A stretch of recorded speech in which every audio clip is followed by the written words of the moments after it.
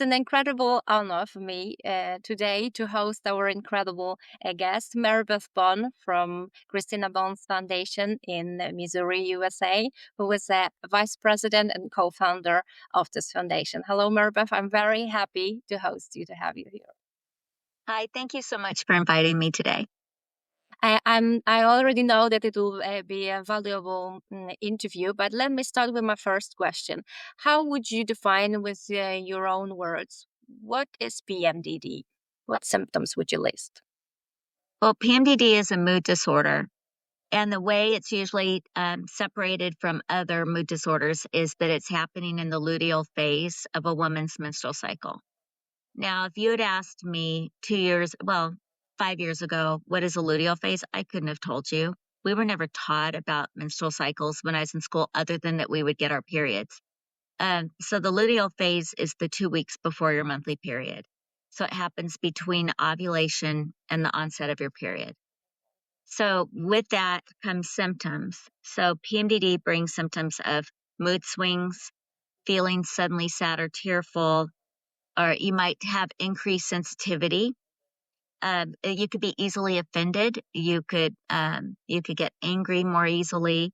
You could have irritability. You could have increased interpersonal conflict. So you're just not getting along with someone.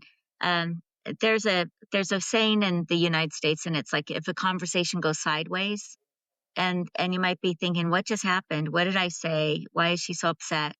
But this is what the luteal phase does. It can, you and I have talked about this before, it's kind of like having a foreign hacker taking over that person's brain for those 2 weeks, or maybe just a week. It can be a week or it could be 2 weeks. But you don't know where this foreign hacker is to stop the invasion, to stop that takeover. Somebody could be very depressed. They could feel hopeless. They could have negative thoughts, self-depreciating thoughts. So they could be thinking, I'm a burden. My children deserve a better mother than I am. People at my work must think I'm the most incompetent person here. Nobody likes me. I don't have any friends. They could have anxiety, tension. They could feel keyed up and on edge. They could have panic attacks. Then those are the core symptoms. And you need to have at least one of those core symptoms. And then other symptoms, so for a total of 5 total. So you don't have to have all of these symptoms, but for a total of 5, decreased interest in usual activities, unable to concentrate or focus, and that's called brain fog, lethargy, lack of energy, change in appetite. You could be overeating or having certain cravings. You could be sneaking food because you feel like you shouldn't be eating so much in front of your family. You could have hypersomnia where you're sleeping too much, or insomnia where you wake up and you can't go back to sleep, or you can't even fall asleep. You could have feelings of overwhelm. You could feel totally out of control. You could have the physical symptoms that you recognize with PMS too, like the breast tenderness. You could still have the cramps, the swelling. With PMDD, I would think that joint or muscle pain is worse. And then bloating, weight gain. So those are the general symptoms. And the way you find out if you have PMDD is you need to track for a couple of months at least, and track every day with your moods and your period, and go through the whole menstrual cycle. So like if your cycle is 28 days, track 2 months at 28 days, whatever it is. And then see if you have your symptoms only happening in that short window of time. And then, of course, there are those exceptions, because some women can tell that they are bleeding before they even go to the bathroom because the symptoms have lifted and they have that relief. But for others, it takes a few days into their periods. And for others, I'm sorry to say, sometimes people are waiting until the bleeding absolutely stops before they get that relief. So there are different variations of PMDD. And unfortunately, as a PMDD warrior myself, I have to admit that this list sounds very, very familiar. Are there any myths maybe that you may have encountered about PMDD? Oh Yes. Okay. So the myth that I find the most offensive is that it's not a thing. It's not real. There are still people today, even though this argument was settled a long time ago, before it was ever put in what we call the Diagnostic Statistical Manual that the field of psychiatry and psychology uses, that book. And so the DSM-5 was published in 2013. Before that time, there were people who were fighting having PMDD in there with the diagnostic code because they just felt like it was big pharma and male doctors holding women back, elevating PMS to a medical problem to keep them down. And that's not true. Not true at all. So that to me is by far the most damaging myth, to say it's not real. And that would be a terrible accusation to say to somebody who is truly suffering with this. And then the other thing would be if you go to a doctor who doesn't know what it is, and female gynecologists can be guilty of this. That is, oh, honey, we all have PMS, and just treating you dismissively, and I'll see you next year. That's not enough. That's not good enough. Mhm. Sometimes PMDD is listed next to a disorder called PME. How can you say we can differentiate it? Okay, so PME is premenstrual exacerbation, and that's the increase of symptoms of something that you have all month long. But during that luteal phase, those symptoms get worse and they can be harder to treat. So you might have a prescription for an antidepressant that works well in your follicular phase in the other 2 weeks of the month, but in your luteal phase, it might not be enough. And so you might need to increase the dose, or you might need to add something else. It could be a migraine disorder. Like for me, for example, I'm sure I had PME because I had a migraine disorder all month long, but it would get worse before my period. And I had a totally different prescription to try to knock out those migraines before my period. And so you can find that out by tracking. And, because there are some who are sure they have PMDD only to find out they really have PME. And that's, it's great to find out. The thing about PME is it doesn't have a diagnostic code yet. It has a research code. But PME, even without a name, I think everybody's known this forever, that for decades. Because even when I was seeing my doctors in the 1980s and 1990s for the migraines, I would be asked, do they get worse before your period? And I'd say yes, or I would say it. I knew this because I kept a little book calendar where I would mark, how many headaches I was having through the month, and I had different symbols for a regular headache versus a migraine headache. And then I'd have my big X for when my period started. And boy, there were a lot of migraines and the capital M's on those little days before that X happened. And so, we all know it exists. So I don't think it's difficult for a doctor to work with you to deal with PME and to prescribe you different medications or an increase of medications during that time. In all these cases that you've mentioned, tracking is key, actually. Would you say that tracking amongst the women you know or you may have heard of, is it common? Well, in the United States, it is because there's so many period tracking apps. So even for me, when Christina was home with us, I didn't see her menstruate at home because she was always menstruating in the hospital. We were getting her to the hospital in crisis before her period would start. So we weren't connecting it. And Christina wasn't reporting that her periods were starting in the hospital. So nobody was charting it. But I remember when I finally figured out what she had 9 months after she'd been with us, I had this flashback of her always updating her period tracking app whenever I had hand her cell phone in the car. And that tracking apps like that didn't exist. I didn't have a cell phone. We didn't get cell phones until many years later. So I would just get this little calendar book at a card shop. We have Hallmark card shops, and they always gave out these little books. And so year after year, I still have them. I've got these little calendar books in my closet of my tracking my migraines and my periods. So if somebody doesn't do that, it's a good idea to start tracking. And they have really great apps these days. But it's really important not just to track when your period starts, but to track your moods and do it every day and see if you're noticing headaches, aches and pains, all of this. And I don't know, because I've never had a period tracking app. Maybe you could tell me, do they have a place where you're supposed to put all this? And do you just check little boxes, or what does it look like? I don't know. Yeah. That they looks like similarly, like, as you mentioned. You put all these boxes. If you have a specific one, as I'm using the Bell app, I'm sure you're familiar Huh? with. Yes. You're having very helpful tools over there. So you're marking everything. You even can add the context. I mean, if you had enough water or Oh, enough sun this day, so that's very helpful for you. It's just oh, taking. that's very user friendly. That's nice to hear about that. Yeah. Because I'm older now, so that hasn't been something I've needed to do since all these apps came around. I get it. But we recommend tracking for sure for everyone, not only if you are starting a family. 100%. That's something we should highlight, right? Absolutely. Alrighty. So you've already mentioned your daughter Christina, and before we proceed, I would like us to talk a little bit about her. Could you tell us about her a little? Could you describe her as a Yeah. person? Yeah.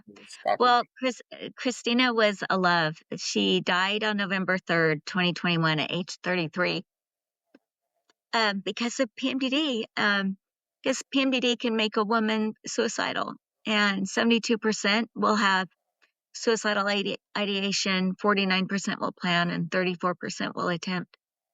And Christina had not lived with us or near us in many years. So, to give you an idea, when she's a little girl, she's just such a sweet little girl and very imaginative. She had a beautiful voice and she loved to sing for her school classes. And the kids would ask her to sing for them. I mean, I can't even begin to describe, because I'm not exaggerating. She had this voice that was very soothing. And even in first grade, second grade, these little boys would be saying, Christina, will you go up to the front and sing for us? And the teacher would let her.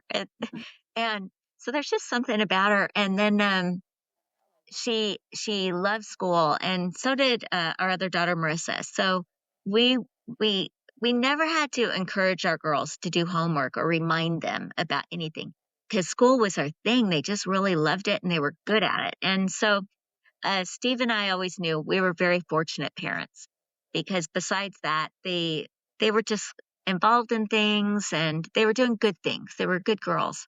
Um, so Christina had a lot of admirers, and she was honest and didn't cheat in school. And so then when she graduated from high school, she spoke at our high school graduation. She was what's called the salutatorian. We have one valedictorian, one salutatorian. So valedictorian is first place. She was second place. But her GPA, that means her grade point average, was still higher than all the valedictorians in the Dallas-Fort Worth Metroplex in Texas, where we raised our girls. And so it's just that there was this extraordinary young man who was just above her at her school. But so she spoke at her high school graduation, and there's one boy who was just 1/100th of a point behind her in his GPA. And he said, Christina, the only reason why I can cope with this is because I know you never cheated. Because she was just so honest. Yeah. And she participated, she was in choir, and she went to state for her voice as a soloist. And she played tennis. And she and I used to run 5Ks together when she was little. We did 17 together. And then my back started going out and having problems. So I had to stop, but she could keep going. And so she did a couple 10Ks with her friends at college. And so that's why we'll talk more later about the 5K. But then Christina went away to college, and she taught economics labs while she was in nurse. She got into the nursing program. And then she also did research for the nursing program at her university. She also went on a full ride scholarship. So all her schooling was paid for. And then she graduated valedictorian, and she became a thoracic ICU nurse. Now, I wouldn't know for a couple more years that she was having problems with depression and anxiety, because she could hide symptoms really well. And she just thought everybody felt this way. And so when she graduated, she did have a problem within a few months after graduating, because I was surprised she came home to us. to live with us, but my husband and I were moving away. So our house was for sale, and she had just started her first job as a cardiac care nurse. And I did see some evenings where she was concerned, like worried about how she was doing on the job. I saw a lot of anxiety, and it didn't make sense to me because she normally had confidence. So in front of me, she was starting to show symptoms, but I didn't know. So I even invited somebody over to our house to talk to her, one of our good friends. He's an employer, and to put her fears to rest. And then we have a friend who is a doctor who would talk to her about how her days went. And he gave her little tips. Like he said, Christina, if you ever catch this with a patient, you'll be the hero, because a lot of nurses don't know to catch this as she's working with cardiac patient. And so one day she did, she caught that. And one time she asked her supervisor, she said, I just have a lot of anxiety. I'm really nervous. I'm so worried what you guys think of me and think I must be terrible. And she said, actually, no, Christina. We were just saying that we wish we could clone you. We wish we had 10 Christinas. So she's feeling bad about herself, and other people are loving her. So you probably understand what I'm saying, right? With here we are seeing PMDD starting to gradually manifest, and we didn't know it. And if only we had caught it earlier, because I know that there were always tears before her period started. But if only we had known back then, because once we finally figured it out, it was 11 years later. And then she figured she probably had it for 15 years, but she could mask her symptoms. And it wasn't until she got married and then had her 2 babies, and she wasn't working anymore. But the second pregnancy, she had perinatal depression. So that meant that she was depressed while pregnant and then depressed after pregnancy. So that's called postpartum depression. And there's a link to PMDD with that. And the first pregnancy, she felt great. She told me, she said, I felt like my depression and anxiety went into remission. But all I was ever hearing occasionally were the 2 words depression and anxiety. I wasn't hearing about other symptoms. So then over the years, sometimes she would seem overwhelmed. And like she came to our house one time for Christmas with her family, and she was really annoyed that we were having company on Christmas Eve. But we always had company on Christmas Eve. But this time she was upset about it. But and Christina's nature is she wasn't a screamer, but she told me that she was annoyed. And so I took it to heart, because I thought, well, because you live so far away, it's fair. I won't invite any more people anymore. And so I just stopped inviting company over at Christmas time. And anytime that she was there, we just stopped having company, because I didn't want to make her upset, because she said, you don't see us that often because we live so far away. So see, we went all those years without her living in our home. So we weren't seeing everything. And then it wasn't until shortly before she came home to us, and this would be 2020. She went to the hospital on her birthday, October 2nd, 2020. And what was puzzling me was in the week leading up to that time, I would ask her what she wanted for her birthday, and she was not interested in it. And she'd say, I just don't need anything. I don't want anything. And I'd say, why are you so blue? What's the matter?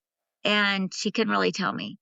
But so then on her birthday, she took herself to the hospital to be admitted because she felt suicidal. And then in the morning, she woke up and she told the nurse practitioner in the behavioral health unit, her words were, I feel so much better now. I started my period in the night. Can I go home? And the nurse practitioner didn't catch it. She obviously didn't know about PMDD. Christina didn't know about PMDD. Christina graduated in 2010 from nursing school, and PMDD didn't land in the code book for psychiatrists, which is called the DSM, until 2013. But even though it was in since 2013, and we're now living in 2025, that's still recent when you consider how many thousands and thousands of diagnostic codes there are. So unless a doctor is exposed to PMDD somehow through either a faculty meeting or a session at a conference or an article that they have time to read, and they have to try to make time to read articles, these published manuscripts and peer-reviewed journals, when are they going to know about it? We have to give them a little bit of grace. There's no way to know about everything. That's why awareness like what you're doing and awareness like other people who have PMDD are doing or our foundation is doing, it's so important because at least we're kind of ringing the bell saying, hello, there's PMDD, please consider it. So it was completely missed. And that nurse practitioner told Christina, I've reviewed all your records. I've seen everything you've tried. A long list of prescriptions. And I have her list since between 2017 and 2021. And when doctors see this list, they usually ask me for a copy of it because it blows their minds. They just can't believe how many things she tried. And then she also tried different forms of therapy. And she tried TMS, transcranial magnetic stimulation. And and that was a long ordeal over weeks of going at 6 o'clock in the morning for this early morning appointment. And maybe they only did it that early because of her husband's schedule. I don't know. But and when it was over, she said, this didn't work. So for her, maybe it helps others, but for her, it didn't. And so that's the thing about PMDD. Part of the cruelty of it is just because something works on one person doesn't mean it's going to work on you. So that's where you need a caring doctor to have patience to work with you. But so with that, the nurse practitioner said, I want you to have electroconvulsive therapy. The short form, the nickname for that is ECT, the acronym. And so I was texting her and begging her not to do it. And I don't know, do you have the movie Cuckoo's Nest there, the book, One Flew Over the Cuckoo's Nest? Do you know that book? I've never heard of it. Okay. So it's an old movie and it's an old book, but it's about, a psychiatric hospital. And so she said to me, I said, no, don't do it. Don't do it. And she said, Mom, it's not Cuckoo's Nest. And she said, and see, I had only heard of ECT back in like the 1960s. And so I have this old fashioned view of it. And she said, it's never stopped. It's gotten better and better through the decades, supposedly. She said, watch the movie, watch the video I'm sending you. So I did watch it and I wrote her back and I said, it's made by the manufacturer, so of course it's going to look great. And so then she felt like she needed to be compliant because she was desperate. So she was supposed to have 12 sessions. So she had one session before she left the hospital. Then she's supposed to have 11 more through the month. And she did 11 total. And then she canceled the 12th session and came home to us to recover. She would call me during that month crying, saying, it's not helping, it's not helping. And then she couldn't explain why she was crying. And she felt like her memory was ruined and wiped out. I remember one time in one of those phone calls, her little girl slipped her a note that said, you're the best mom. Because her little girl was 5 and just was seeing her mama crying so much. And so Christina asked through texting, can I come home and sleep at your house for 2.5 weeks? And then I'll go back to my family. So we thought that was all prearranged with her and her husband. And she was texting. So we said, sure, if only we had known how bad it was. Because when she made it to our house, she should not have driven. She looked like she was going to fall down. And we asked her, how did you get here? She'd driven to our home many, many times. And she said, I don't know. I had to use GPS. So it broke our hearts. So we were trying to lift her spirits and get her back into better health. And I called a doctor that I'd heard of who was hard to get into. And she arrived on a Saturday on American Halloween, October 31st. And by the following Monday, 2 days later, I called the doctor's office. I'd never been to him, but he had been highly recommended by some of my friends. And I said, you don't know me, but I have a daughter who just arrived at our home and we're in shock. We have never seen her like this. And to us, we're very scared for her. And so is there any way your doctor can see her? Because I know I've heard from my friends that it takes 5 to 7 months to get in. And he saw her by Friday. So 5 days later, he saw her. And because of him, we got to a really good behavioral health unit at a hospital where the inpatient psychiatrist director became her doctor. And she spent over 100 days cumulatively with him, in and out of the hospital. But because he'd keep her as long as he wanted to. In the U.S., if somebody goes to the ER and then goes to a behavioral health unit in the hospital. It's usually a 3 to 5 day stay at the most. But with her, that doctor would say, if I need to keep her 30 days, 20 days, 2 months, it's my business. Don't listen to anybody else. If anybody from the hospital calls you and says she's been here too long, don't listen to them. Don't worry about it. I'm going to keep her. I want to see how she responds to things. But he wasn't thinking about the menstrual cycle. And by March, now, so she arrived on October 31st. Now we're into March 2021. And we're having our weekly Zoom meeting with him and our daughter because it was COVID, so we couldn't go into the hospital. And so our weekly Zoom meeting, and he said he knew we would gladly have a Zoom meeting every day if we could. But we spoke to Christina on the patient line every day, sometimes several times a day, because she would call a lot. And that was fine. She was our priority. But by March, we had a call before we were to go pick her up.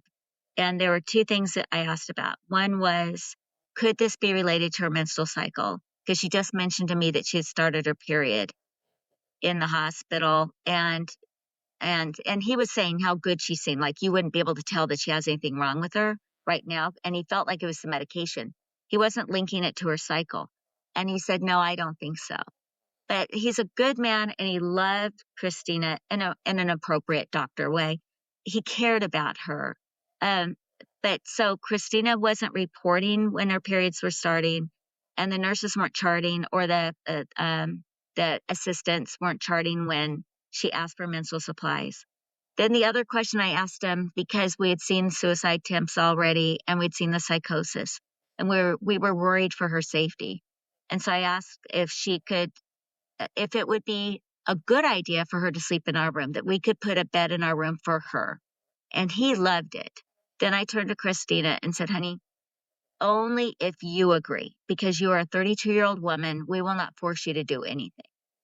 And she said, no, I should not be alone. So if I could sleep in your room, that would be great. And we would reassure her every night that this was fine. But sometimes she would cry and she'd say, Mom, how is it that I'm a 32-year-old woman sleeping in my parents' room when I have a husband and 2 children? I used to be a nurse. I used to be the one who could do anything and everything. And now I'm living with my parents. You know, what's happened? She'd say, my life is in shambles. And her other line that she would say is, my life is in shattered pieces on the floor and I don't know how to pick them up. So, you know, our hearts were breaking because this was not a daughter we had seen before. And her life was destroyed. And it was from PMDD, but none of us are knowing about PMDD. So we used to we would talk about it, how we felt like we were in a dark tunnel together. And every once in a while, we'd get little lights that somebody would give us an idea or a suggestion. So we'd follow those little lights as we're feeling our way through this tunnel. And we would say, you know, we're in this tunnel, but we've got to look at the good. Look at what good things have happened so far. Because someday the light's going to shine in. Someday we're going to get answers. But so we'll stay together. We're going to do this. You're our priority, Christina. And however long it takes, we're here for you. And you can always sleep in our room. You matter more than anything. And then it got to a point where we had to lock up all the knives and scissors in a lockbox and keep those in our pantry. And she was embarrassed about that. And I'd say, well, it's COVID. Nobody's even here. We're not having company over. It doesn't matter. And then she felt embarrassed. I said, really, our priority is you. We just want to keep you alive. And so whatever we have to do to protect you, we will. So then we had certain rooms locked off, the attic, the storage rooms. We had a deck that was 3 stories high. We had that locked off. Anything where she could get hurt, we didn't want those available to her. And we ended up taking away car keys, and that was all with her approval. We didn't want to force anything. And her doctor was always trying to come up with things. And while Christina and my husband Steve were sleeping at night, I'd wear this little thing around my neck that had little lights so I could read in the dark. And I kept ordering books on Amazon about depression and anxiety and stopping the ruminations and the intrusive thoughts and the chatter in the brain and all of these things. But what I didn't realize is I'm reading about symptoms that could belong with several different mental disorders. But none of the books listed what those disorders could be. Then I also took a class, a family-to-family class. So while Christina was in the hospital, mainly, when she was away from us, I was on Wednesday nights for several weeks doing this family to family class through, it's called NAMI, NAMI, National Alliance on Mental Illness. And that class was so helpful. But here again, it listed some mental disorders like major depressive disorder, bipolar disorder, things like that, but it didn't list PMDD. And I've spoken to a few people now about, please get that in there. It's got to be considered.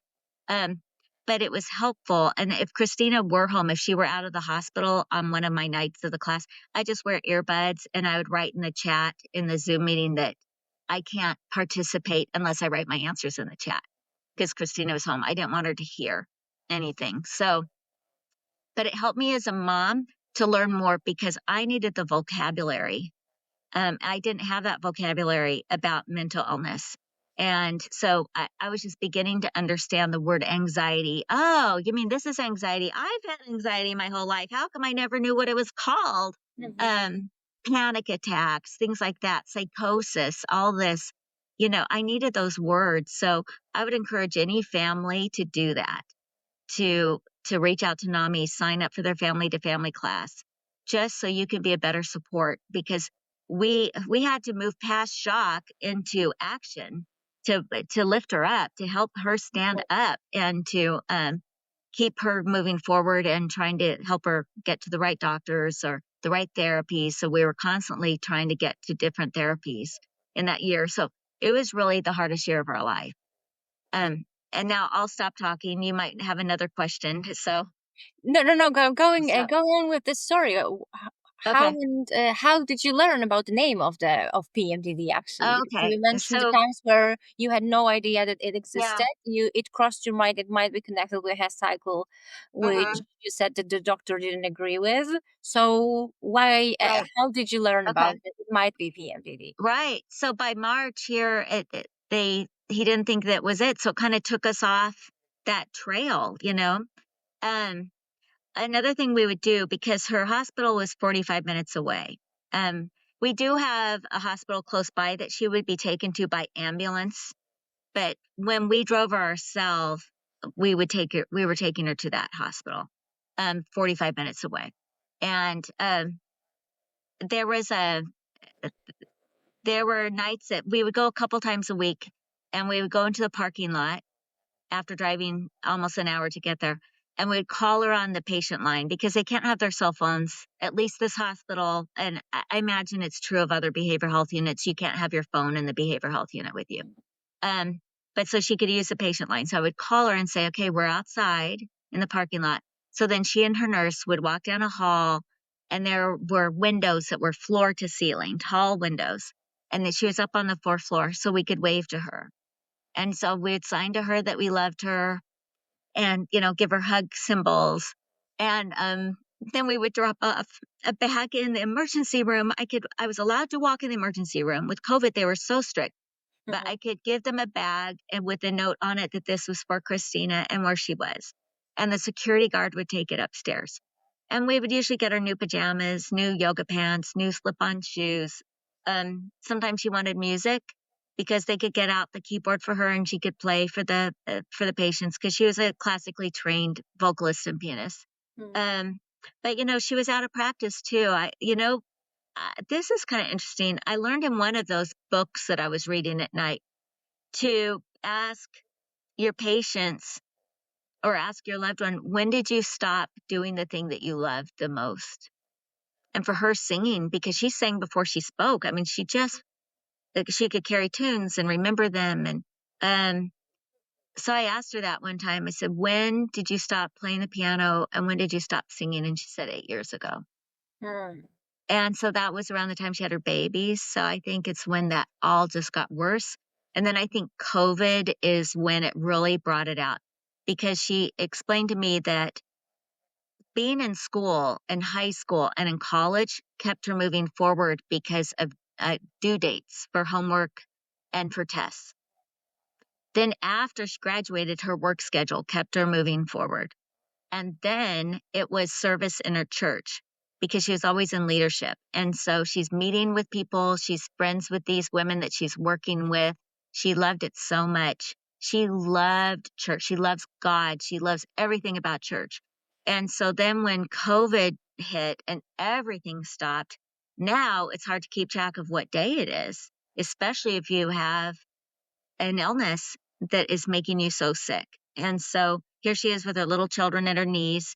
And for part of the month, she doesn't even feel good enough to get off the couch. And then she's feeling guilty and ashamed. And she'd call me crying because she didn't have it in her to get up and do laundry or to make meals, really good, healthy meals.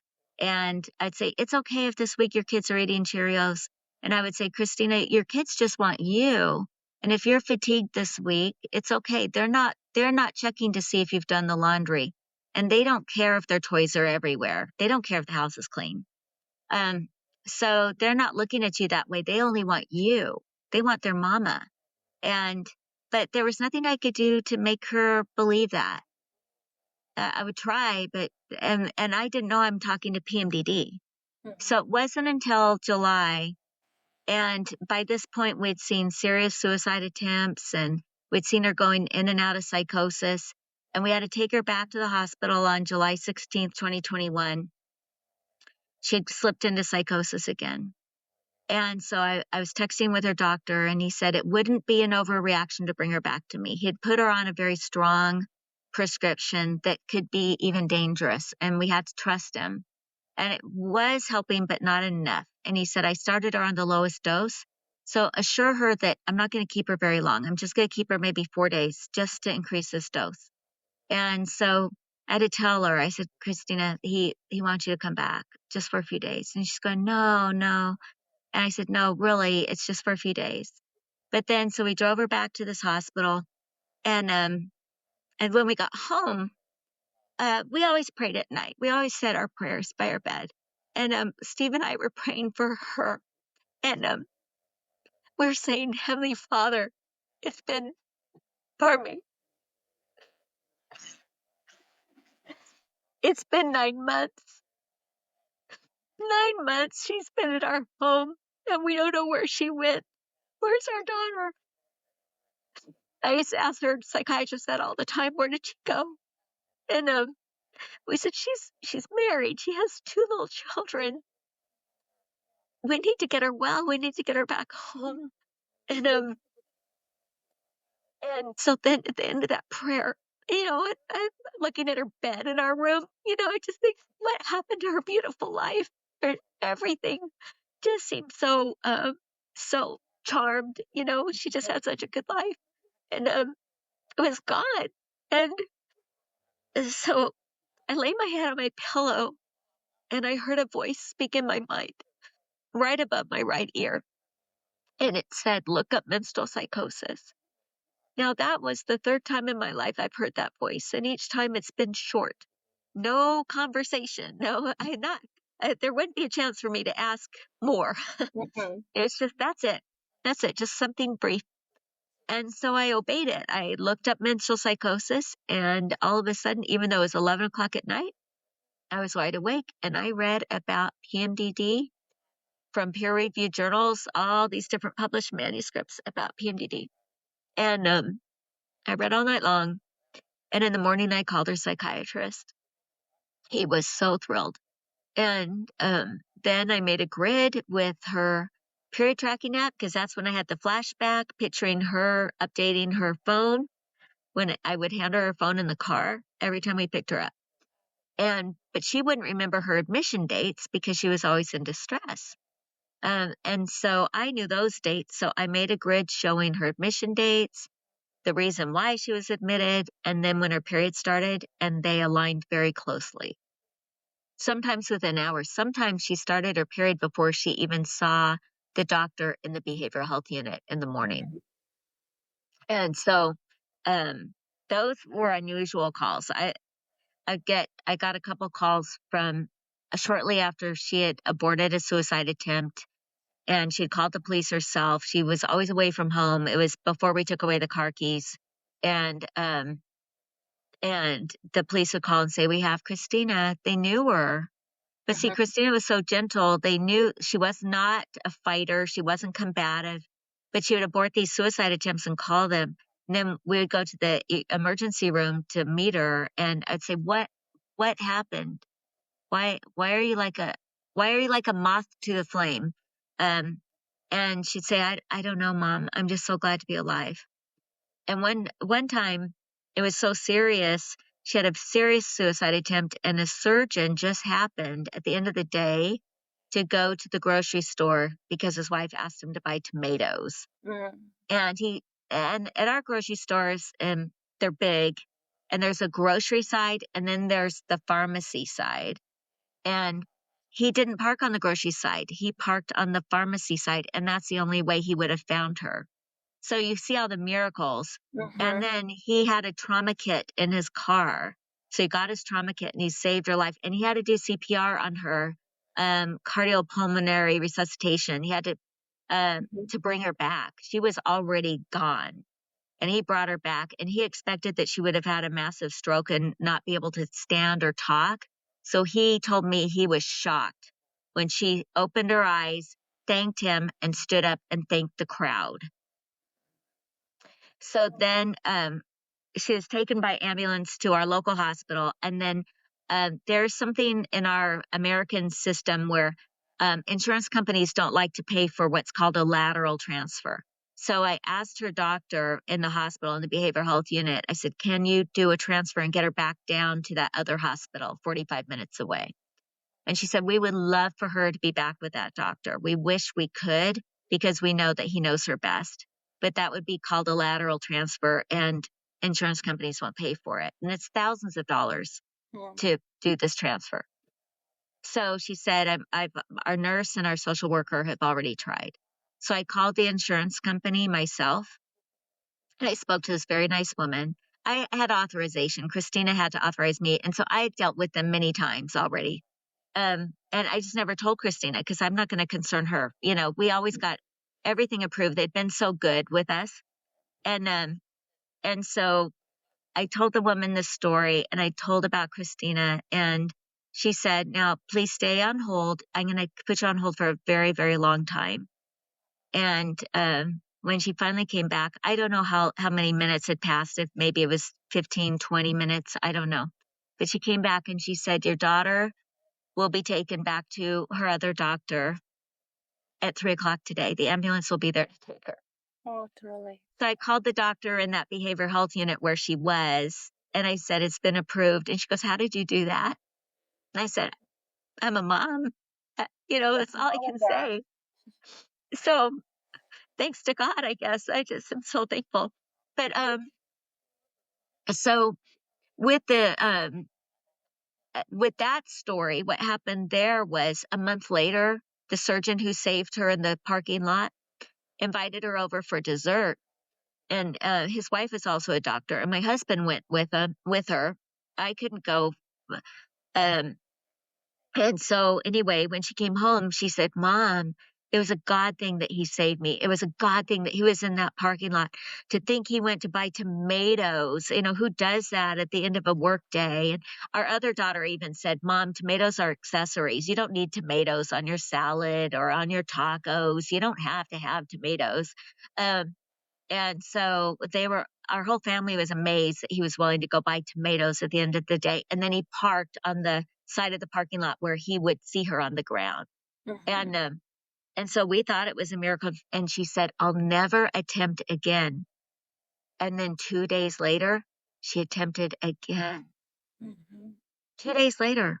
So the police called. And they said, we have Christina, and meet us at the ER. So we did. I said, honey, what happened? You just said 2 days ago you'd never attempt again, that was a God thing, that you were saved last month. So what happened? She goes, Mom, I don't know what it is. But for her, it was like a light switch. And then something took over. It's that foreign hacker gets even more intense, that whatever's controlling her brain. And it just would bring on this urge where it's urgent to do it. And then she would abort, though. And so then now fast forward 1 month later, now she's back in the hospital with the psychosis.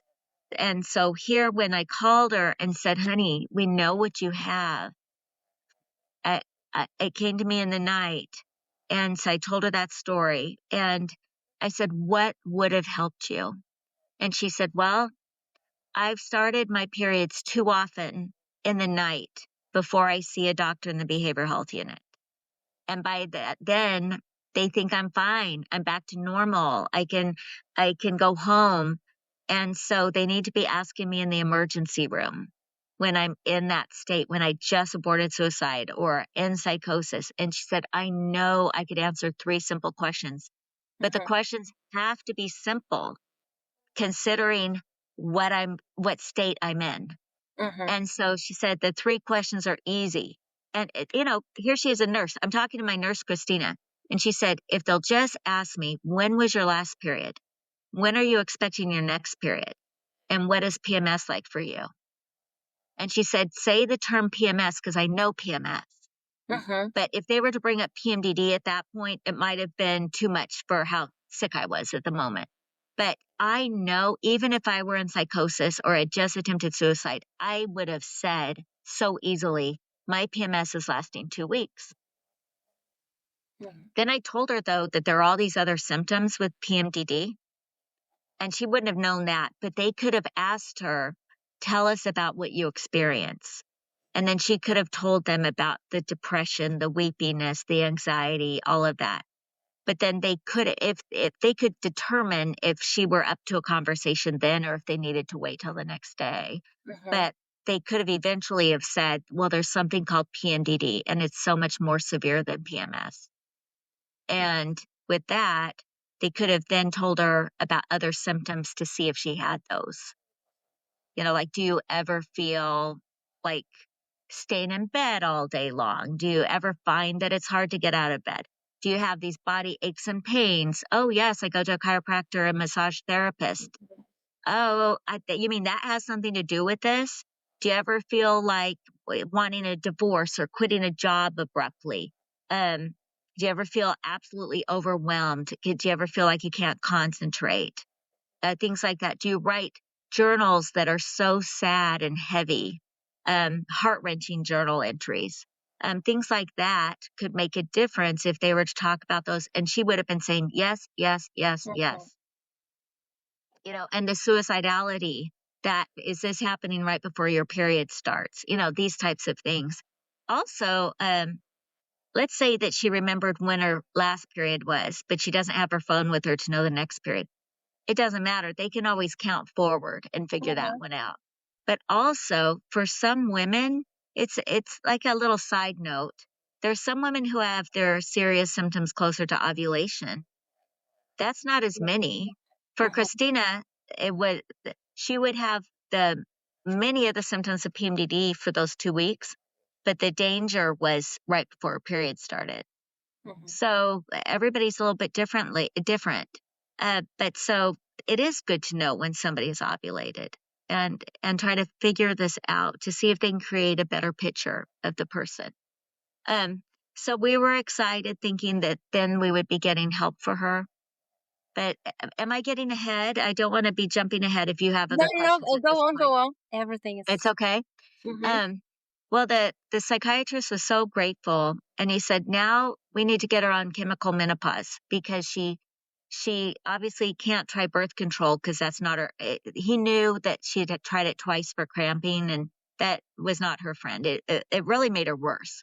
And yet birth control can be a very effective treatment for a lot of women who have PMDD. That's just how it is. It either is or it isn't. It's different for everyone. But so and then there are different kinds of birth control. So then you can go down a whole nother conversation, a whole podcast on birth control. And that's same with SSRIs and SNRIs and all of that. You could, there are probably 10 more podcasts you could do with people about all these different kinds of treatments and all of that. I will also invite you.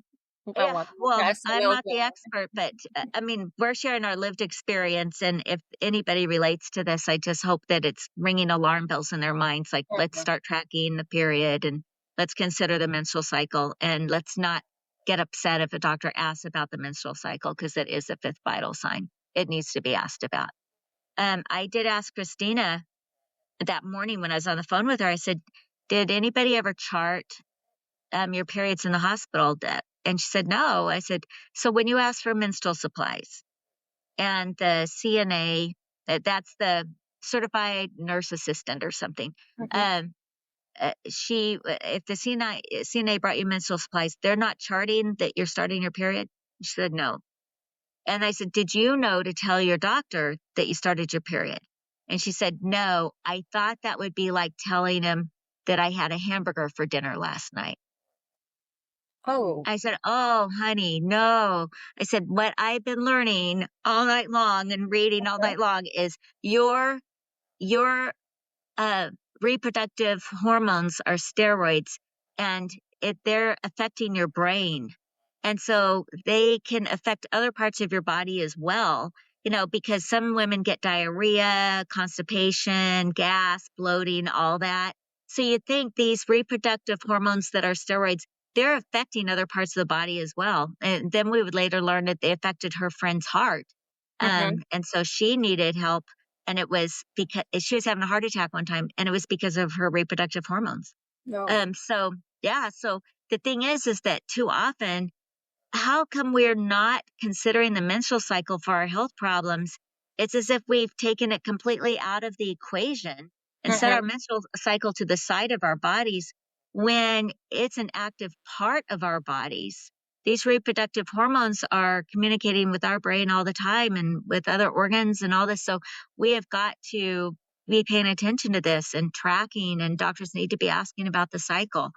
Um, so, uh, anyway, that was insightful for us that she didn't even know that it was relevant to bring it up, as if it's just its own little side function Mhm. going on, for having a monthly period.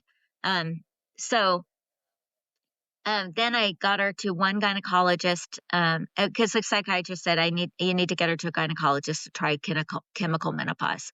And Mhm. the first one said, oh gosh, you'd have to do a peer to peer.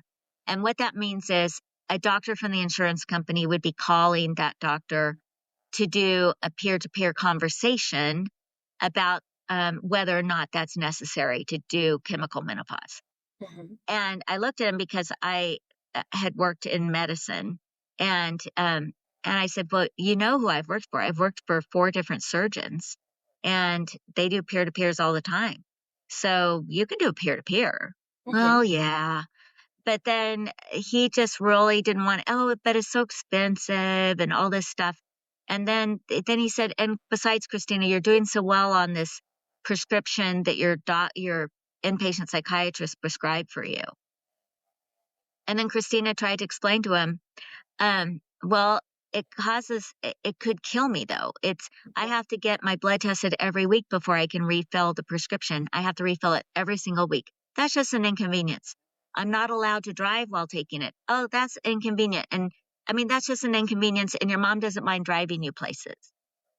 And then she said other things that it causes that for a 32-year-old woman, she doesn't want to have to deal with. And Mhm. he said, those are just inconveniences. Christina, you're doing fine. You don't even have to follow up with me.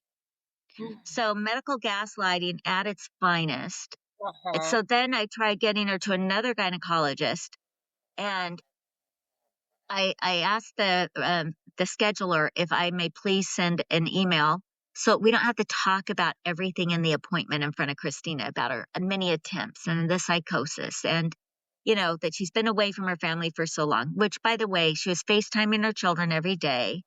And per the doctor's wisdom, he said, we don't want her to lose her maternal instinct. And then we made sure that we had the Mhm. children every month for a weekend. So we would Mm. go meet, because her children were 5 hours away. So we would meet their father at the halfway point and bring the children back. So she would Mm. have time with her little children. And they love their mama so much. And they would sleep in our room too. We said, this is our fun thing. We cocoon. We have like a slumber party.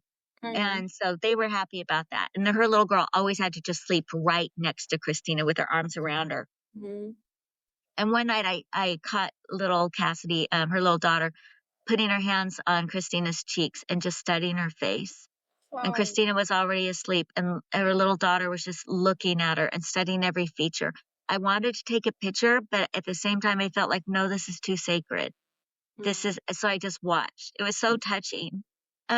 Little did I know, I hope that she was able to memorize Christina's face, because it wouldn't be that much longer and then we'd lose Christina. But so I sent this preemptive email to the scheduler and to send to the doctor. And then she called me back and she said he wants to cancel the appointment. He doesn't want to see her because she has such severe PMDD. He doesn't know how to help her. And then another doctor was recommended, and this lady was supposedly a guru of hormones, and she stopped delivering babies just to focus on helping couples get pregnant using IVF and helping women with menopause. But there was nothing about PMDD. So when I called and asked, oh yeah, she can see her, that's fine. And she was in the same gynecology practice as the doctor who turned us down. So I asked the scheduler, will you please send her that email? So fine. But then when we got into that appointment, that lady said, well, I want to prove it hormonally. And we said, no. Hormones are not her friend. Do not do birth control. And the psychiatrist wants you to do chemical menopause. She said, no, I want to prove it hormonally. I said, well, but we've already proven it. We've already got the grid. We know it's PMDD. No, she'll be fine. And I said, this is too dangerous. We do not want to do birth control. And she said, no, it'll be fine. It'll be the patch. So she was suggesting to us that the patch would stay local. Well, we trusted her. And, here's my poor little sick Christina, probably with brain fog. And, I would be in the car and I would ask her in the car, can you speak up a little bit more so it doesn't look like I'm trying to control the appointments? And it doesn't look good, I think. And, but she couldn't. She just couldn't. And so we trusted this doctor. And then Christina called for help twice, and she was treated dismissively. She went in for an appointment in between those two calls and was treated dismissively. I gotta plug in my battery. But so with that, we didn't know this would happen because I thought that I was seeing good signs about Christina enjoying a fall day when we were on a walk together. And then she helped on Halloween on October 31st. I remember marking that because it had been exactly 1 year since she arrived, and she had practically fallen into our home. She was so sick when she arrived. And now this year, 1 year later, she's giving out the candy to the children at our front door. And I was so excited. I was seeing these little things, little signs that we're doing better. And then 3 days later, she died. And we didn't see it coming. It's so heartbreaking, but it's also a history, as I told you before, for me, of such big family love, of such big family support, and the year that you had for one another. Oh, I'm so thankful for that year.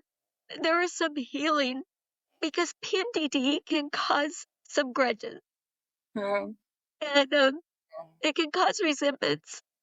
And we didn't resent her, but it helped us understand, when I read about the sensitivities and things, it made sense about when she didn't like to have company on Christmas Eve that time. But when she first arrived at our house, the year before, she said, Mom, I've had a grudge against you all these years. I need to get out. I said, what is that? And she said, well, one time you tried to force me to wear an outfit on the first Sunday I went to church at college. And I said, and so she told me her perspective. I said, can I share my perspective with you? And she said, yeah. And I said, well, you and I had just shopped together all summer long, getting you ready for college. And everything you picked out just looked terrific on you. And everything was just great. And I remember we traveled up there to Utah, and I was hanging up your clothes in the closet, and I can picture everything because we just bought it for you. And then when we left your apartment, you had made so many cute choices for decorating it. It was darling. And then Dad and I got in the car to drive home. I said it was a 24-hour drive, and I was crying most of that time because I was missing you so much. And I knew that we were going home to an empty house because we only had the two girls, and Marissa was already, had already done college, graduated and everything. Mm. And then I said, for the next 3 days, I cried at every meal. And Daddy would tease me and say, you've got to stop this crying. I said, I will. I will. We just know it takes me 3 days to process. And I said, I wanted to call you so badly, but I didn't want to be that mom who was bugging you too much. So I thought, okay, if I don't hear from you from Saturday, that'll be a good sign that you're loving it. But I'm going to call you by Saturday. I felt like that would give enough time. And so I finally called you, and you told me about all your awesome roommates, how great they are, and the good time that you were already having. And then there really wasn't anything else to talk about. So I was trying to think in my mind, what can I bring up? What can I ask her? And so the first thing I thought of is, oh, what are you going to wear to church tomorrow? I was just trying to show you that I was engaged and interested. But really, the truth is, I just wanted to keep hearing your voice because I missed you. And you told me, oh, I'm thinking of wearing this. And then to show you that I was engaged, I just said, oh, and then there's that cute outfit we got in South Texas on vacation. I said, I promise I wasn't trying to force you to wear that. I just was trying to show you that I was listening and trying to have an active conversation. That's all it was. And I said, you were 1,000 miles away. It would be impossible for me to force you to wear anything. You could have worn anything to church and it wouldn't have mattered. Everything was a winner. But I was just trying to keep you on the phone. That was all I wanted. And she said, Mom, I feel so stupid now. I'm so embarrassed. She said, I even complained about you to my mother-in-law. I've written about this in my journals, about how I resented you for this. And I said, well, isn't it so sad that that happened? Because you could have called me back right away and said, Mom, are you trying to force me? And I would have said, no. I said, look at my history. All the time you were growing up, I've never had to tell you or your sister to go change your clothes. It just isn't an issue in our family, but it happens every day in lots of homes. But you girls were always appropriate. You were fine. And so I've never had to do that, but it wouldn't have been a big deal because moms do that all the time, but I just didn't. That's not what I was doing. She goes, Mom, I feel so bad because I've had that little grudge against you all these years. I said, I just wish you'd called me back that day or a week later. But to hear now we're up to 2020, October 31st, 2020, and that happened in August of 2007. That's so sad. But maybe that'll give insight to somebody listening that PMDD can do that. PMDD is like the devil. It just messes up families big time. The individual who is truly suffering, but also their family members who don't understand what's going on. So I'm glad we finally had that conversation. And then through the year, 3 weeks in, as she was staying with us, she said, Mom, I owe you an apology, Mom and Dad. She goes, for the last 10 years, I thought you were against us and you showed me nothing but unconditional love. And we said, honey, I said, that makes me feel a little defensive. Like I want to make a list of all the things we've done for you in the last 10 years. Flying to you, driving to you, helping with babies, babysitting, painting, doing yard work, all the stuff. We've done it, all the many times you've been to our house with the kids, all this, and the things that we've given. A car, a washer, dryer, stuff like that, just clothes, all the things. And I said, I feel a little defensive. She goes, Mom, I see it now. You've never been against us. I said, not for even 1 second. So, is that PMDD? I guess so. Because where would that thought come from? It's not real. But so that's why, that darn foreign hacker that takes over the brain also tells lies. So we learned to call PMDD the great liar and thief. So we do personify PMDD as the foreign hacker and as the great liar and thief because it lies to you it tells you that you're worthless, that you're a burden, that your kids would have a better mother, they deserve somebody better than you. None of that's true.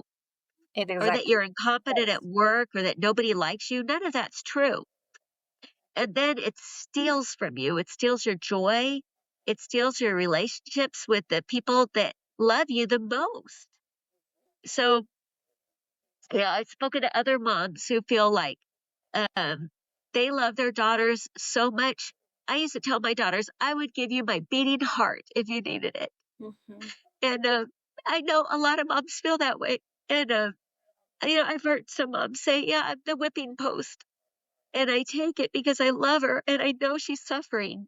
Mm-hmm. And because they know it's PMDD. And that's helped them cope with it, is understanding that it's PMDD. Mm-hmm. So I'll stop talking because I'm sure now you have questions. So I've gone on long enough. That's okay. I wanted you to mention, if you have maybe the experience or you may have heard, what can PMDD be mistaken with? Because it's very common that it gets undiagnosed and misdiagnosed. It's worth mentioning, I believe, because it might be that somebody listening to us doesn't even know about PMDDs, and they are diagnosed with something else. What can it be? Bipolar disorder is probably the most common misdiagnosis. Mm-hmm. And you can see why. Think of when somebody sees their doctor, their psychiatrist, they could see them in the follicular phase and be in a better mood. And then in the luteal phase, if the appointment happens next time in the luteal phase, they're feeling hopeless. They're feeling bad about themselves or about others. They could be mad at the world, lots of things. And then it could be back and forth depending on when these appointments are scheduled. And it can seem very obvious to the doctor that it's bipolar disorder. Mm-hmm. So Christina was diagnosed with that at one point, and she called me and said, "Now my doctor thinks it's bipolar." And I said, "Really? Because I tell me more about this. I don't really know much about bipolar disorder, but what little I know, it doesn't seem to add up because I've known you your whole life." And she said, "Oh, that's because you're thinking of mania." I said, "Yeah, I've never seen you manic in your whole life." And she said, "But bipolar 2 doesn't have to include that mania. And so he thinks I have bipolar 2." I said, "Well, give it a try and see. It's fine if you have that. I'll just be happy for you if you have an answer." And then she would call me later and say, the prescription's not working. This is not it. This isn't working. She was really trying so hard. But it is possible to have PMDD and PME at the same time. So it could be that somebody does have bipolar and PMDD. Don't you think that would be horrible to have? Even harder to deal with that, because then that means the symptoms of bipolar disorder would exacerbate or get exaggerated in the luteal phase. At the same time, you're having the many symptoms of PMDD, depending on how many of those symptoms you have. So that could be a real challenging thing. Christina was also misdiagnosed as major depressive disorder, general anxiety disorder, panic disorder. But the thing is that those are all symptoms of other mental health disorders, but they're also symptoms of PMDD. So you could have them separately, because you could have major depressive disorder all month long, and then it gets worse in those 2 weeks. So that would be PME.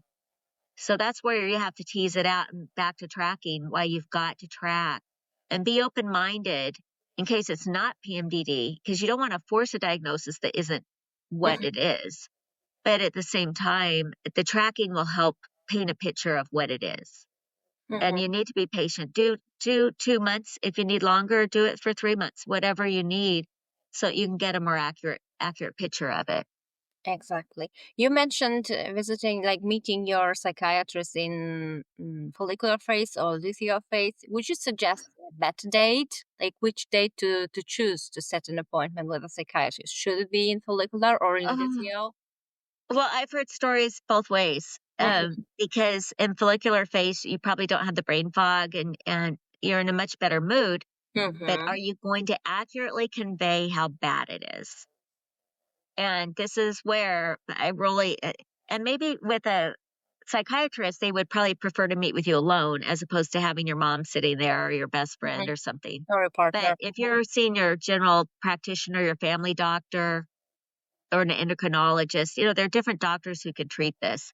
But you could say, we prepared a list of questions and concerns, and my mom or my friend or my spouse is going to do a lot of the talking because I'm just not up to it or something. Or I tend to understate.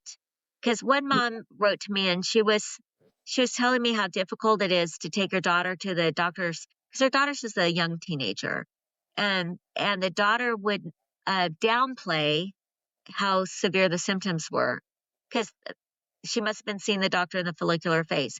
And that's where the mom would jump in and try to convey, like, no, it is so much worse than this.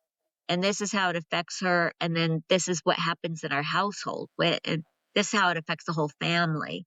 And she was afraid that she was coming across too strongly in the appointment.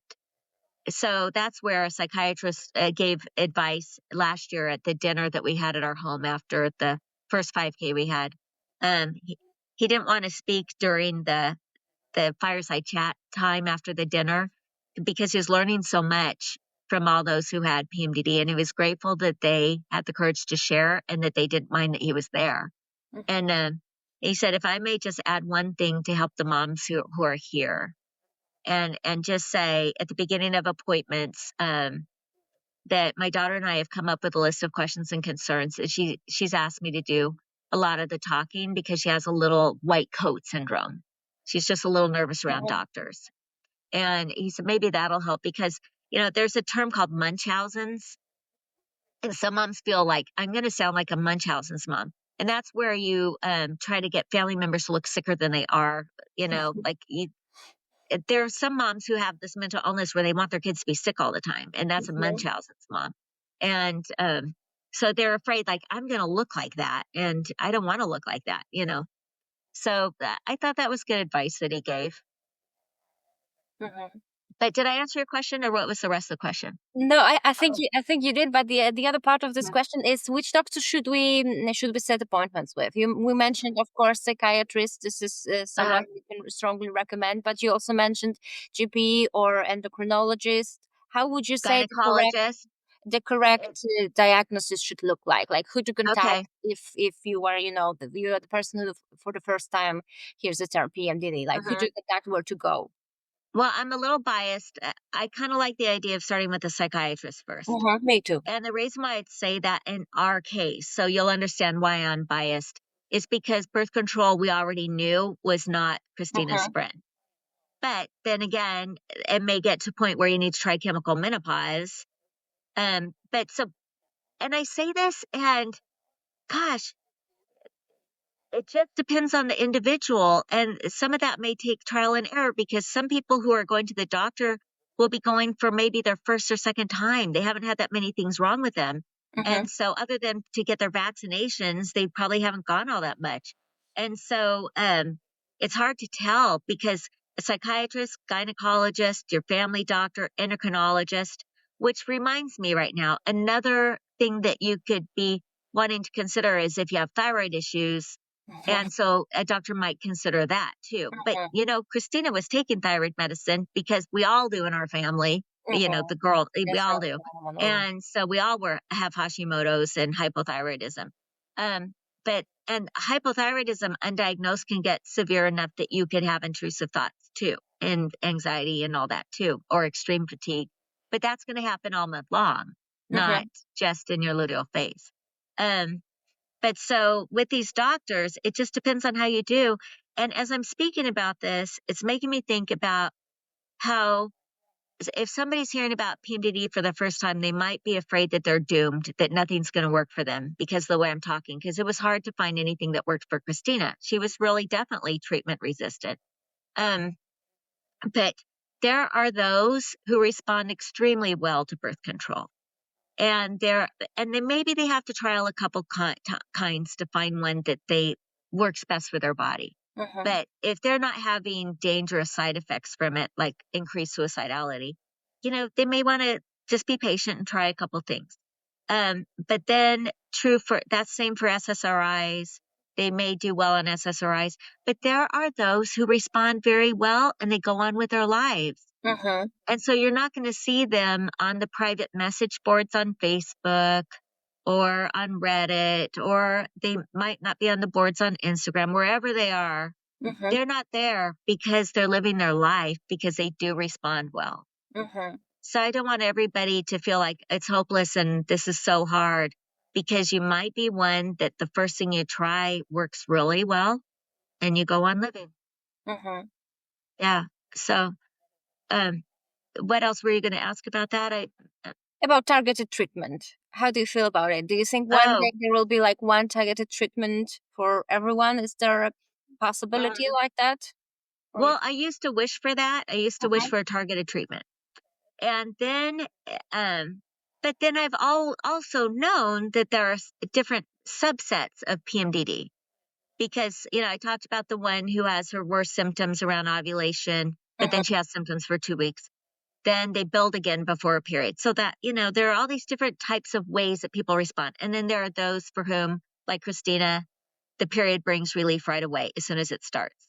But then for others, it's not for days in. So they're doing research on this. And one researcher just published something about that, and about how she doesn't think there will be a targeted treatment because there are different, I'm going to use my own word, of variants of PMDD.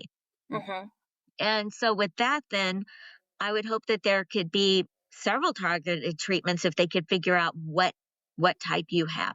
Who knows? And also, I will say genetic testing was helpful for Christina.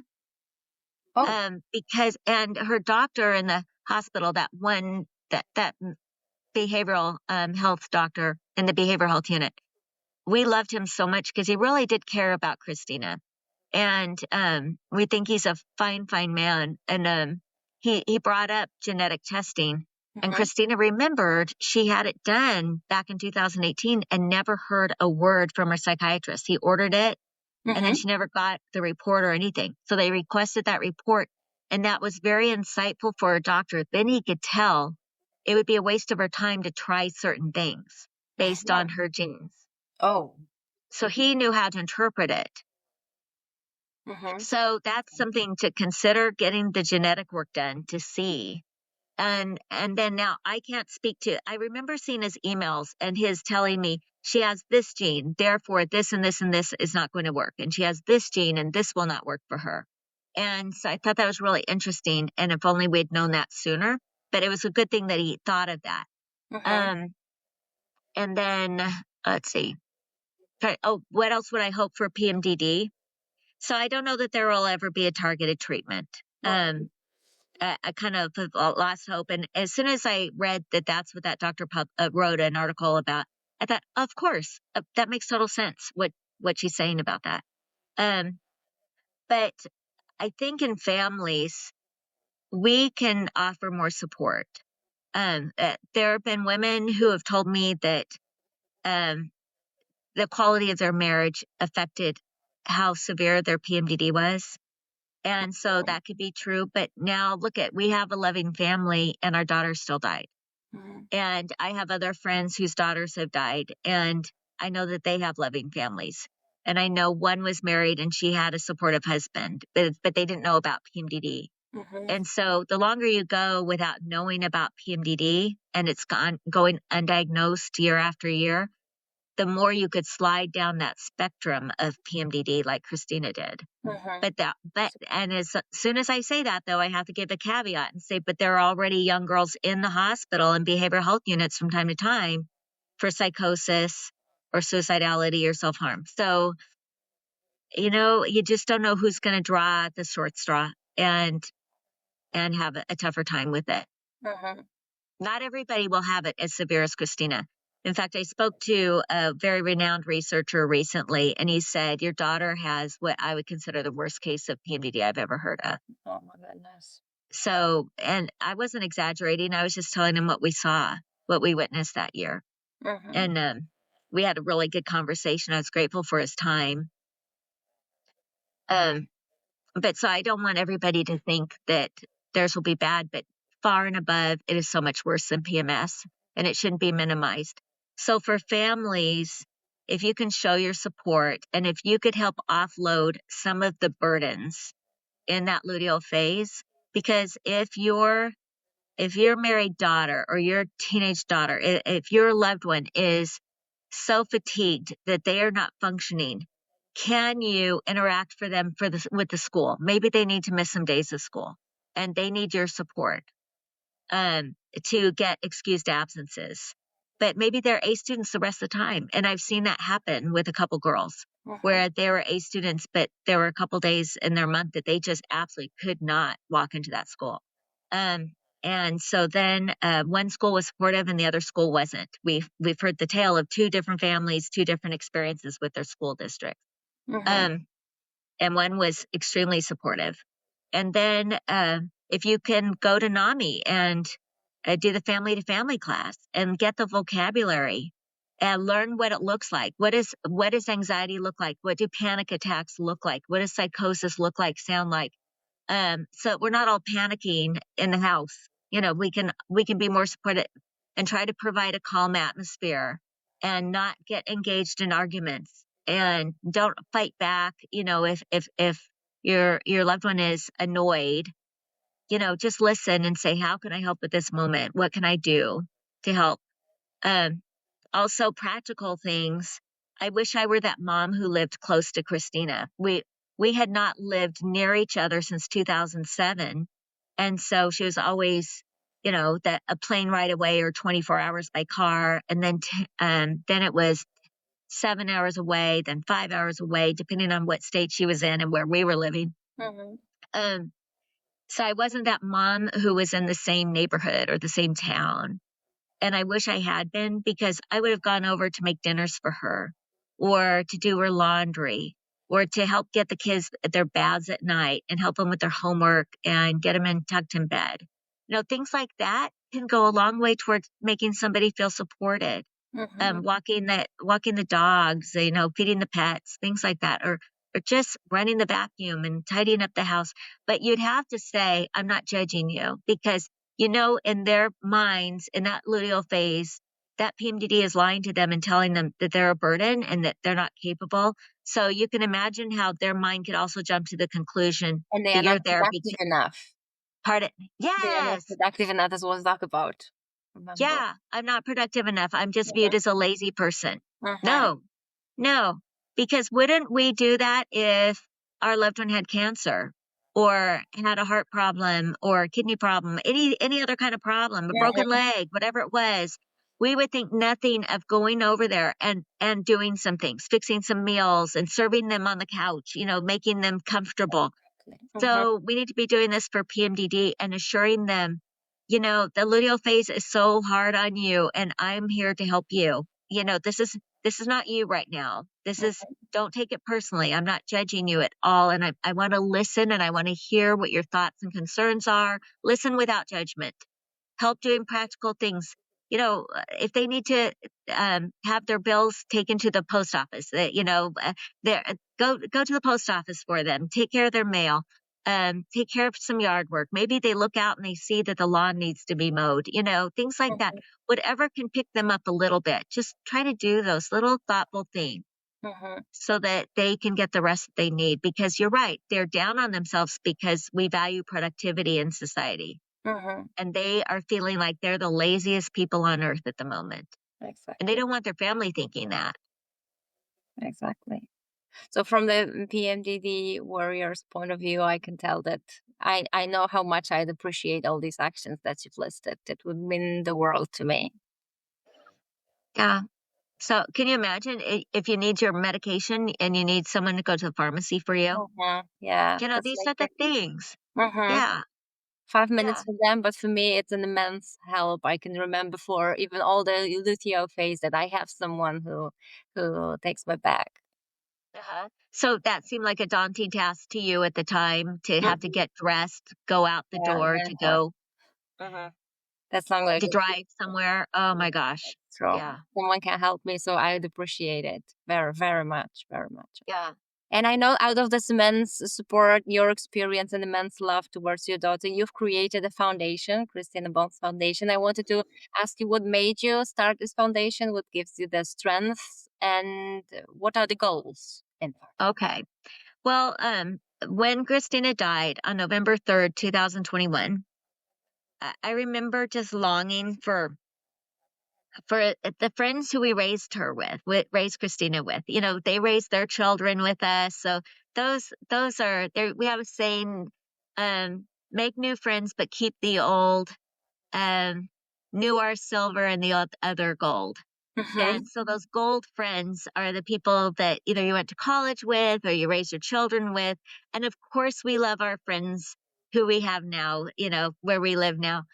But those ones who we raised our kids with, they have those shared memories. And so I remember just longing for them, and they came. We had so many friends come from Texas, and they wanted to do the visitation room and set up all of Christina's things because they were there. It was so touching to me to overhear them as they're working in our home. And they were using our ping pong table in our basement to create, you know, their displays and all this. And they were saying, I remember this. I remember this. And one of our friends wanted to play the piano in the visitation room.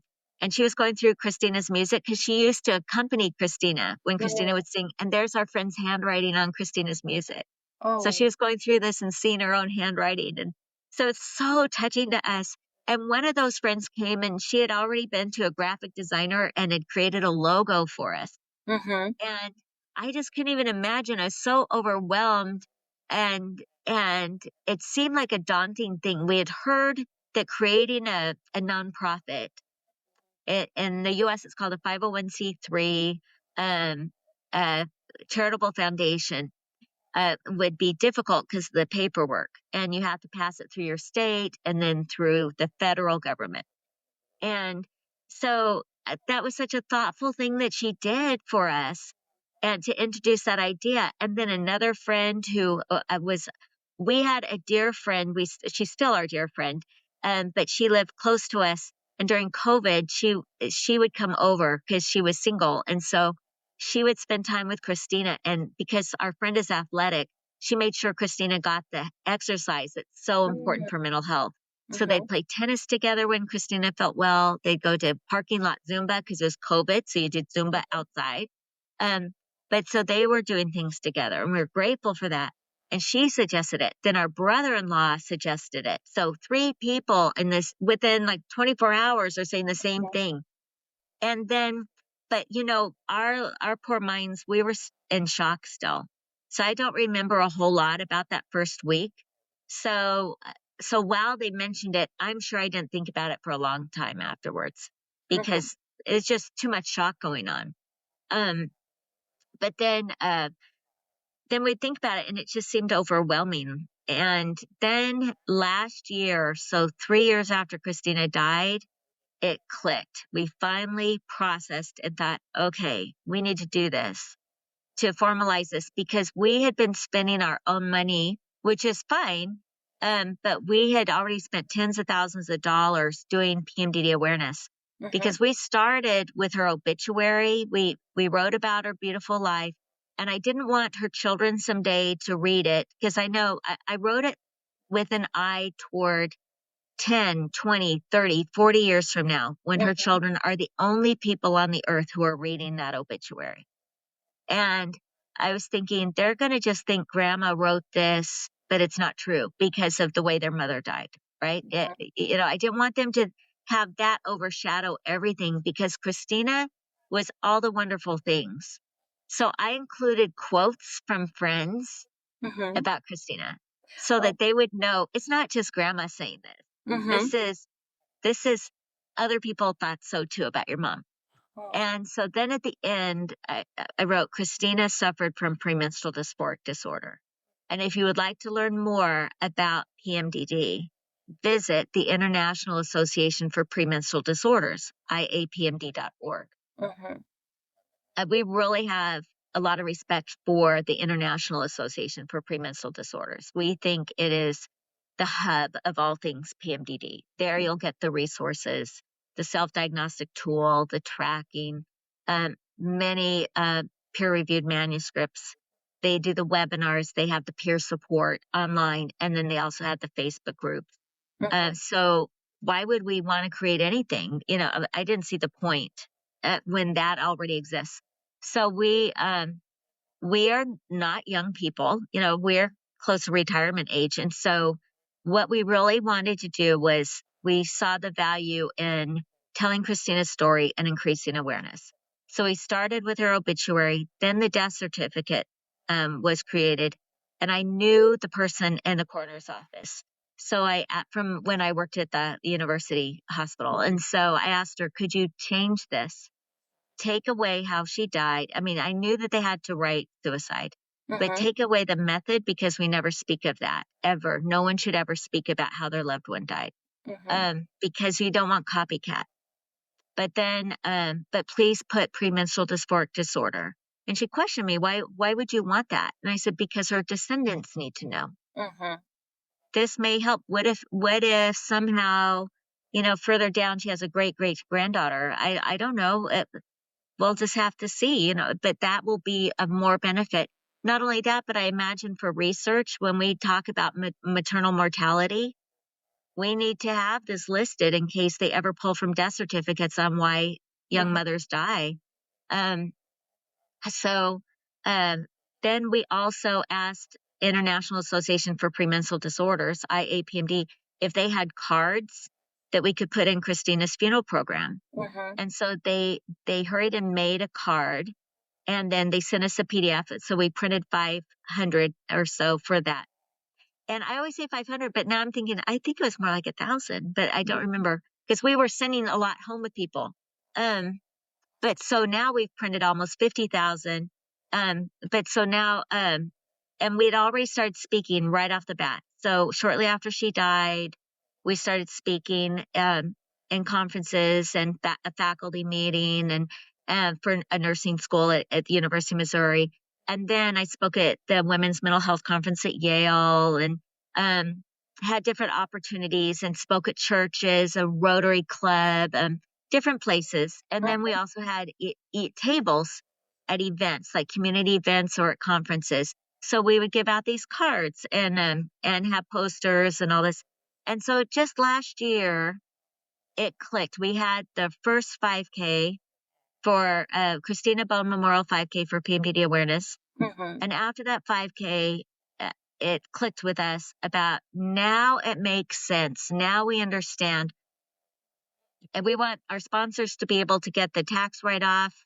And we are spending so much money on this, and we would appreciate donations, because this isn't just for us. This is bigger than we are. This is to help women, because like my brother-in-law said it so well once, and we were saying it, and I think it's so true. There are millions of Christinas out there. So many Christinas.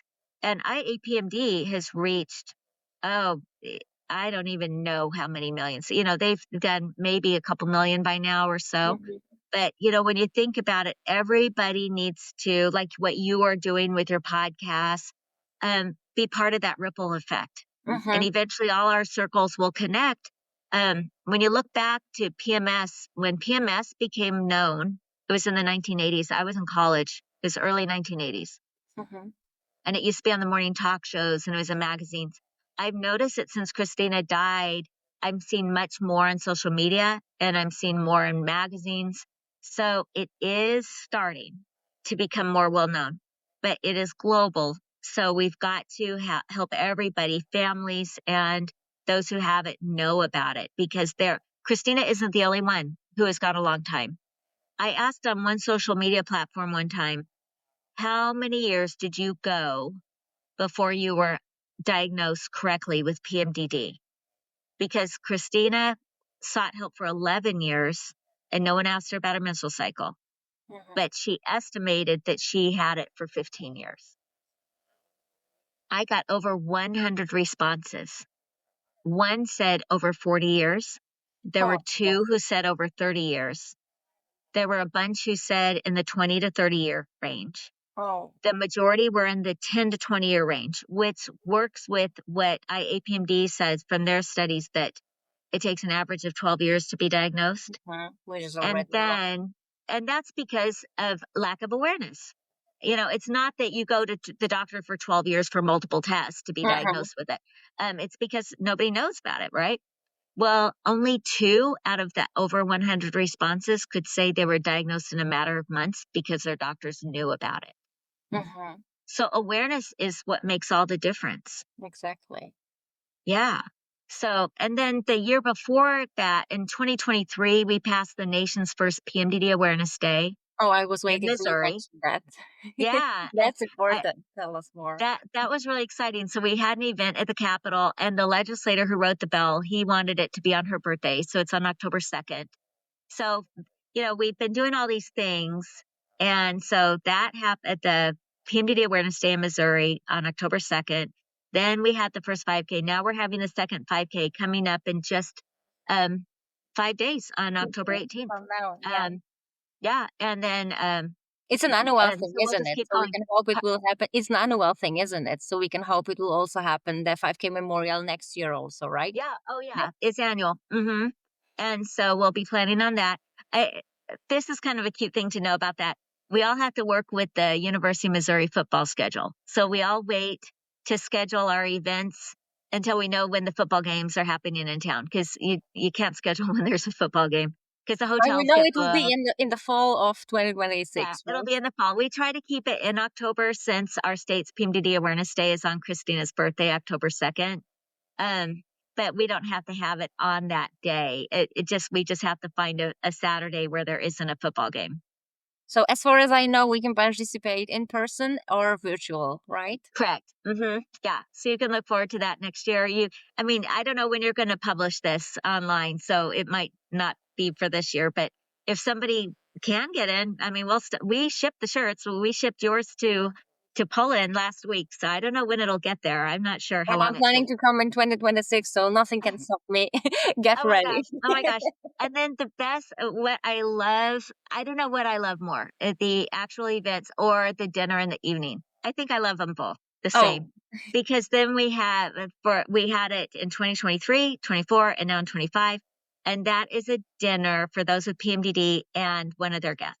And so like somebody might want to come with their best friend or their mom or their spouse. It's fine. And then we've invited just a few healthcare professionals. And so then somebody leads a fireside chat, and we have somebody really special this year, but I'm not allowed to say who it is. I know. But I keep fingers crossed anyway. I'm so excited about it. And then there's somebody, a talented vocalist, a singer. She is singing at the 5K and at our house. I'm just so excited. So, and she has PMDD. And so, and yet she has this incredible career. And so, there are things that we can learn from each other. That's why we do it, to get together and learn from each other. Last year, there was somebody there, and she had just finished medical school, and she was starting a residency. So in the U.S., you go to medical school for 4 years. Then you go into residency, and then residency lasts for different specialties, different amounts of time. It's similar here too. Yeah. And so, okay. And so she was just now she would have started July 1st, and it was that last year's 5K was early October. So she was trying to figure out, PMDD and her luteal phase and doing residency because she knew it was going to be more challenging for her. So there was a good conversation, but then there were 2 doctors sitting there. There's a gynecologist and a psychiatrist. So it was really good to hear. But doesn't that give you hope too, that you can have PMDD, but you can also be a talented vocalist who has this great career like that person? Or, there are some who do go to medical school and they get through it. And so, there are professional people who have this. So I think there is hope, and not everybody has as severe a case as Christina. And by awareness, hopefully we can keep others from getting as severe a case. That's what we hope and pray for all the time. And I'm sure the situations you've mentioned are the ones that stand out in your memory for good. Do you have any other memories that you can list that are the proof that you were doing hard work and it was all worth it? Like Oh, what stands yes. out in your memory throughout Oh, well, your you know process? that the one who is the medical resident doing her residency Mm-hmm. last year at the dinner during the fireside chat, Sandy McDonald was here from IAPMD, so she led the chat, and that was really a treat to have her. I love her so much. Everybody loves Sandy so Yeah, much. that's true. Yeah.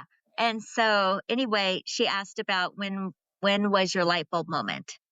Mm-hmm. And so that medical resident said, when I heard Mary Beth speak at the Women's Mental Health Conference at Yale. Oh, I didn't know that. I that's was hearing it for the first time with everybody else. And so, I just want to thank God for that opportunity to mm-hmm. have spoken and see that the Women's Mental Health Conference at Yale is no charge and they offer it virtually. Mm-hmm. And so they get lots of interesting speakers. And then there I was, the one lay person speaking. And I was just grateful that they let me do it. And so I gave my PowerPoint presentation about PMDD. And little did I know that across the country was a young woman listening, Wow. So we like to think that our sweet angel Christina is helping us, that this is really her mission and that, we're the only parents she has. So she has to work with who we are. Oh, that's it. We do And our best. and you are doing an amazing job, as I keep telling Oh, you. thank you. And Then another, I really oh, appreciate it, and thank you oh, from all the PMDD warriors, I believe, from the bottom oh, of my you're, heart, because I cannot imagine like life without you and your all work right now. Because I keep oh, following your pages and everything, and I think oh you gosh, are a treasure. You are a gift to the world. thank you. It's just, social media. I'll want to post more.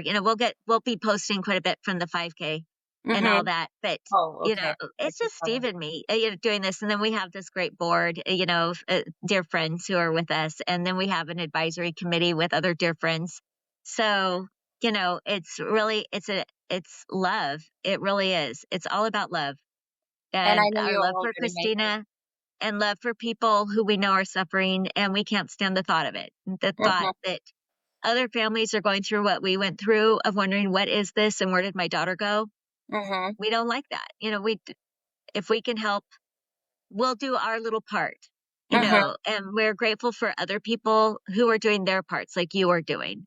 And, together we'll make a difference. Exactly. And I know that you are already doing an amazing job and you are helping many, many people. My last of my questions would be, what are your hopes? What can you hope that can change in the society's approach towards PMDD, and what can happen, what can change for better, hopefully, Yeah. in the future if it comes to Well, we've PMDD? already talked about the significance of family support and Mhm. understanding. To that, I would add, please do your own research. Please don't ask your loved one with PMDD to tell you all about it, because that True. can be frustrating. And Where to do research? I'm sorry to interrupt, but where to yeah. do our research? And we haven't mentioned still one important book, actually, from partner's point of view. Oh, yes. It's worth Okay. Well, part mentioning. of your research would be the best book I think that there is, and that's by Erin Kinghorn, and it's called Hope. Mhm. And you can buy it on Amazon. And Aaron is the partners support group leader for IAPMD. Professionally, he's a dentist, but Yes. with his wife's permission, he wrote this book. And I give his wife so much credit, and I've never met her, but I love her so much because she allowed this book to be published because it's so personal, about her journey and their journey together with PMDD. But with Aaron being so skilled as a group leader, a support group leader, he has added skills to the book and insights, and everybody should read it, not just partners. He wrote it for partners, Mhm. but everyone needs to read it. Parents, those who have it, I think it'll be very eye opening and very, very helpful. And then there are other good books. And then, of course, if you just do your internet search for premenstrual dysphoric disorder or simply put in PMDD, you will see lots of different things come up. Mhm. Um, yeah. So IAPMD.org is, I would say, just the best place to go is just quite the library of all things PMDD. So that would be helpful. Related. So sorry, but coming back, like, what do we hope for the change in the society's approach and for the future of PMDD? Okay, more support and understanding. I would love if someday we get to a point where it's not so difficult for people to talk to their employers, to go to their human resources departments and bring their doctor's notes. That is happening because in the United States, it is a disability. But, one time I read in an article, you're never going to hear a woman call in sick because of her menstrual cycle. They'll say it's something else.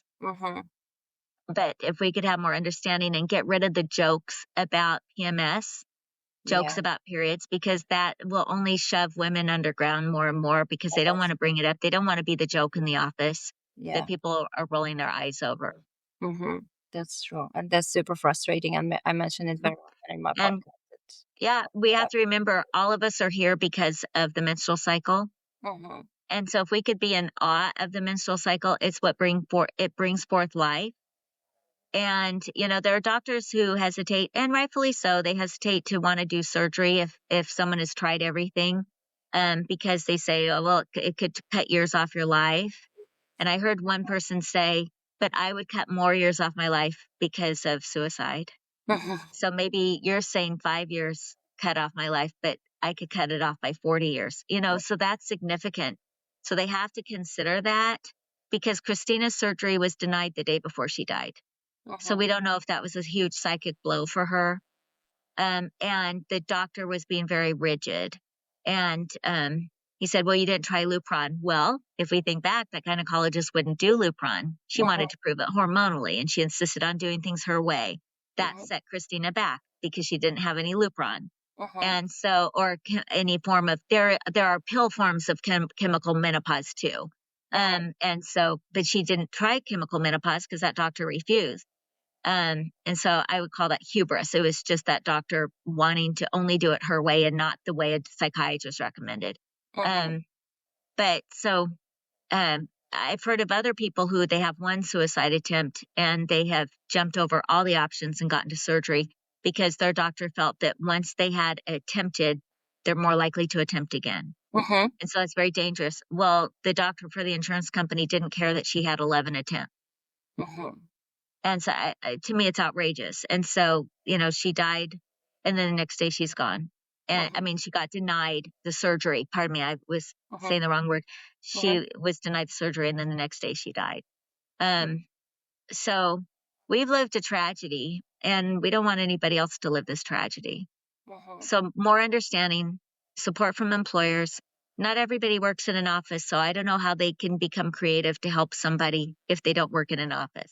It's easier if you work in an office because they could let you maybe take a laptop home and work from home. But if you work in a store or a plant or somewhere, then you've got to do something else. So maybe FMLA, intermittent, that's what we have in the United States is time out from work other than your vacation time, other than standard sick time. It's called something else. So maybe other countries have something similar. I don't know. But it's just a work in progress. It's going to take time to move our society. But also the menstrual cycle is so important for your brain and for your bones. So our menstrual cycle is very, very important. So we need to respect it instead of having jokes about it.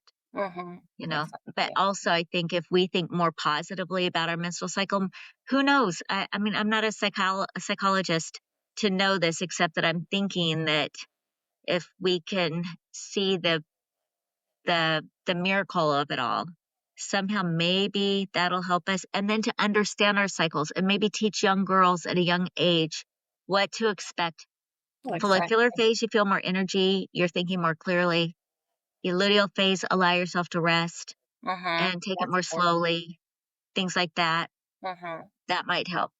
Exactly. So now I know I'm speaking from everybody listening, that I know, I'm sure that with your hard work you are making the difference, and you are making the world a better place with your effort and everything. I can't thank you enough for your time for this interview. I could talk to you forever, and I hope we can meet again for another episode. I will be happy to host you again, and thank you from the bottom of my heart for this interview and everything, Marybeth. Thank you so much. It was great seeing you. Thank you. Thank you. Bye bye.